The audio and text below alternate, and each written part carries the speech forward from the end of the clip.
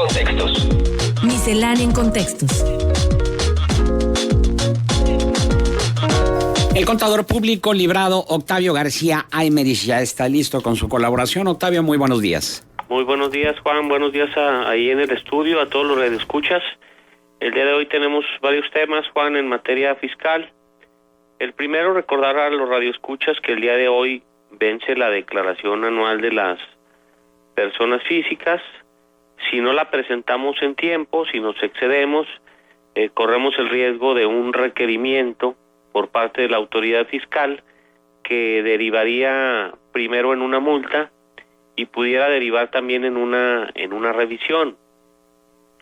Cabe señalar que en fecha reciente se está dando ya que la autoridad está reaccionando a los muy pocos días de omitida la obligación y no solo está emitiendo un requerimiento por un pago provisional no realizado, sino que está inmediatamente enviando también una auditoría sobre ese pago.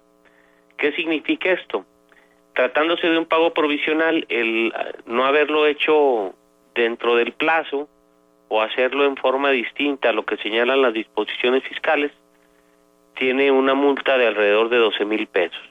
Adicionalmente, una multa de aproximadamente el 50% de la contribución omitida que podría también establecer la autoridad, lo cual elevaría en forma cuantiosa pues lo que tendríamos que pagar nosotros adicionalmente al impuesto que hubiéramos nosotros dejado de enterar. Entonces el tiempo de reacción de la autoridad es, podríamos decir, casi inmediato, entonces hay que cumplir con nuestras obligaciones en tiempo y forma.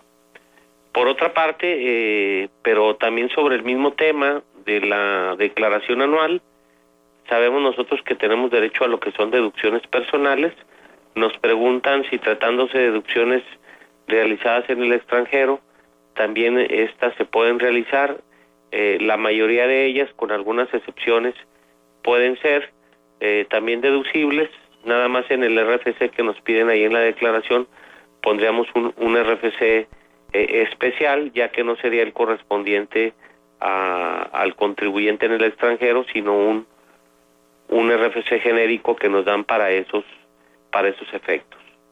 También, Juan, en materia de lo que es la declaración anual, dentro de las deducciones que podemos hacer en la misma, son el pago de colegiaturas. Recordar a los radioescuchas que tratándose de preescolar, tenemos un monto de 14,200 como límite, de primaria 12,900, de secundaria 19,900, en lo que es el sector técnico 17,100 y en prepa o bachillerato 24,500. Y no se permite lo que son deducciones tratándose de el nivel profesional. Y esto es adicionalmente a las deducciones personales que tenemos como seguros de gastos médicos, hospitalarios, gastos de funeral, etcétera, que todos esos en su conjunto no deben de exceder para la declaración del 2015 del 10% de los ingresos o de 4 salarios mínimos, lo que sea mayor. Estamos hablando aproximadamente de 95,000 pesos aquí de nuestra área. También, Juan, tratándose de la declaración anual, nos preguntan que si en el sector primario, el sector del campo, cuyo tratamiento especial se tiene para aquellos que hubieran obtenido cuando menos el 90% de sus ingresos de ese sector primario, se considera para la determinación del 90% los dividendos recibidos. ¿Cómo es esta situación? Yo me dedico tal vez a la producción lechera, obtengo 100 millones de ventas por concepto de este giro, y adicionalmente me dan 15 millones por concepto de dividendos. Aparentemente, la venta de leche no representaría cuando menos el 90% de mis ingresos. Luego entonces la obtención de esos dividendos me saca de esa proporción o no. Es la pregunta que nos realizan vía un correo electrónico.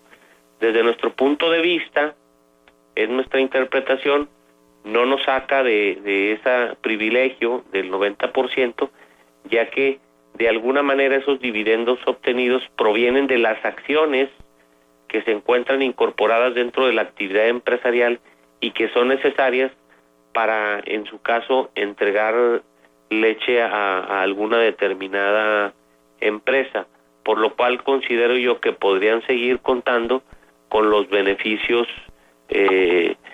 ya conocidos de la reducción de lo que es el impuesto sobre la renta. Y para terminar, Juan, el comentario de hoy, comentar que el SAT ha dado a conocer un nuevo criterio en relación a los pagos que se hacen a los sindicatos. El pasado 26 de abril, el SAT difundió a través de su página de internet el tercer anteproyecto de la segunda resolución de modificaciones a la miscelánea fiscal, y uno de los criterios que se reforman es en materia, decíamos, de la deducción de pagos a sindicatos. Se reforma el criterio número 24 para establecer básicamente, en conjunto con el criterio 32, que se considera una práctica fiscal indebida los patrones o empresas prestadores de servicios de subcontratación laboral que paguen a través de sindicatos total o parcialmente a los trabajadores sueldos, salarios o asimilados a estos, mediante presuntas cuotas sindicales, apoyos o gastos de cualquier índole, incluso de previsión social, considerando que son obligatorios conforme al contrato colectivo de trabajo y que mediante esos procedimientos tengan como propósito disminuir las cantidades que normalmente se enterarían al fisco por concepto de retenciones. Sigue entonces, Juan, el fisco poniendo el ojo en las operaciones que se realizan con sindicatos, y hay que considerar que es diferente que el fisco considere una operación como una simulación fiscal a que considerar algún gasto como no deducible por no reunir requisitos, ya que si considera que hubo una simulación, esto es, que se fabricaron en papeles hechos que no sucedieron, en ese caso la consecuencia pues sería cárcel para quien hizo ese tipo de movimientos o de planeaciones, entre comillas, Juan. Esto implica también, Octavio, que las empresas no podrán retenerle al trabajador la cuota del salario del sindicato, sino que el trabajador deberá entregarlo de manera personal. Bueno, o es harina de otro costal. Sí, pero esa polémica ya ves que se ha dado mucho, sí, inclusive a los niveles municipales, estatales, etcétera. Claro. Y existen diferentes criterios al respecto, pero lo que sería más transparente, en definitivamente, es lo que tú estás señalando.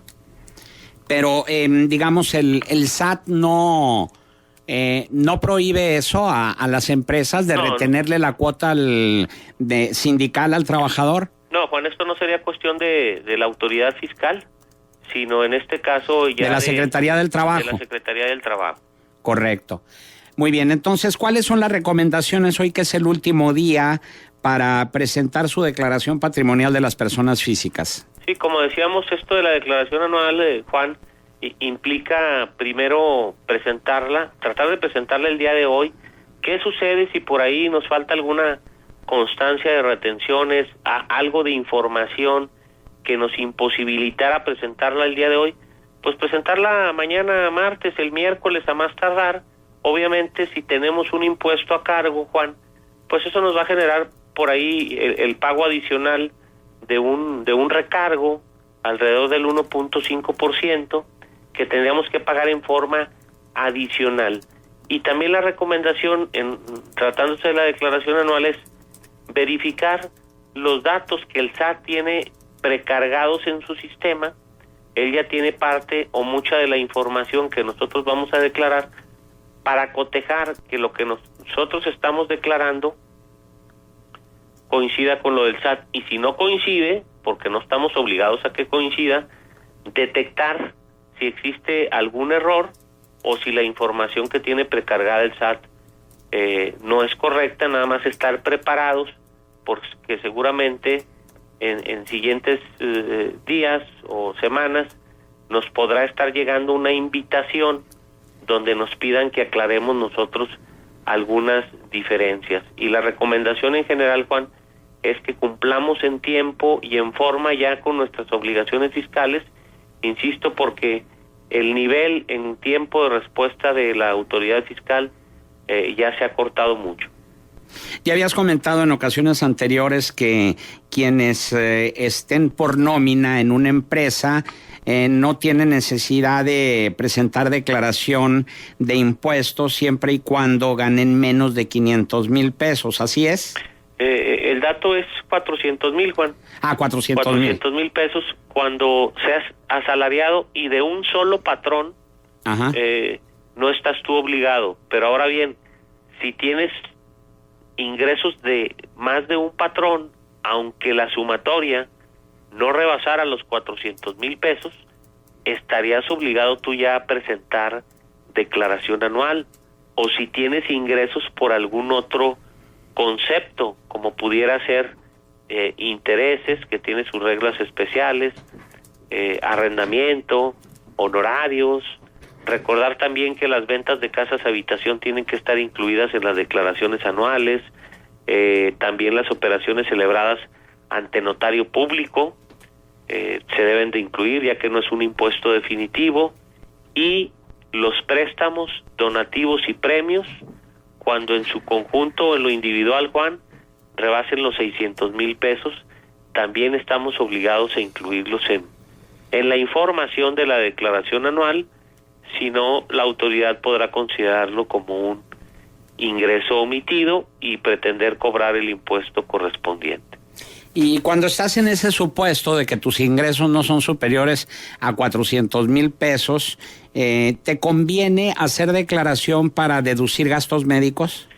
Definitivamente habría que hacer, Juan, el cálculo, porque si tú tienes deducciones personales, gastos médicos, hospitalarios, seguro de gastos médicos mayores, etcétera, seguramente te va a originar un saldo a favor si la retención que te venía haciendo la empresa era la correcta.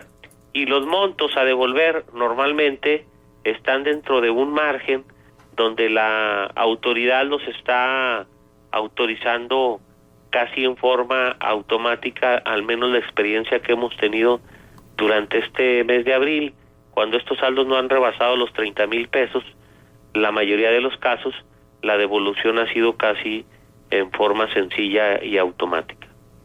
Muy bien, Octavio, ¿algún punto de contacto?